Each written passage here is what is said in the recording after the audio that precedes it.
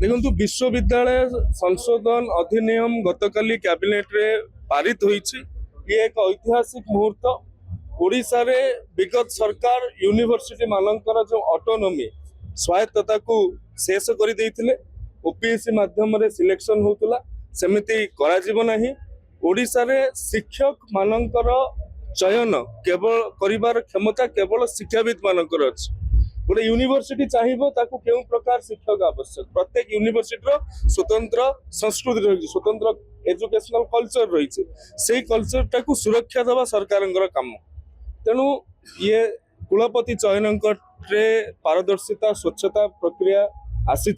शिक्षक नियुक्ति रे पाखापाखि 1000 रु अधिक अध्यापक आगामी भविष्य विश्वविद्यालय मानकरे जोग देवाकू जाउछंती।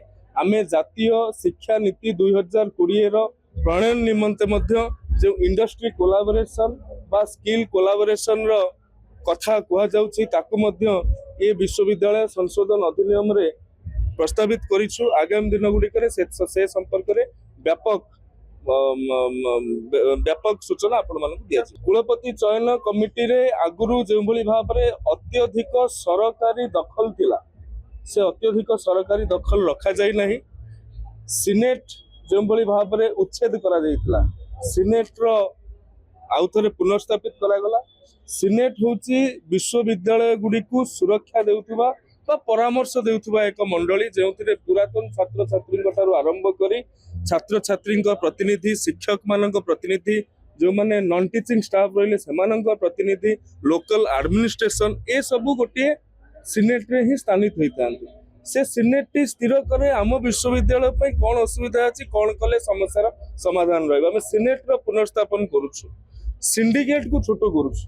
सिंडिकेट होची विश्वविद्यालय रो कोर कमिटी। सिंडिकेट छोट हेले निष्पत्तिगत योजना गुड़िक ठीक भाव में प्रणयन हो पारिबो। ता छड़ा कुलपति मानकर जो बयसर कथा रही से संपर्क में सेंट्रल यूनिवर्सिटी रो जातीय स्तर रे जो प्रकार से सुविधा सुजोग दिया जाउछि ताकू दिया जिवो।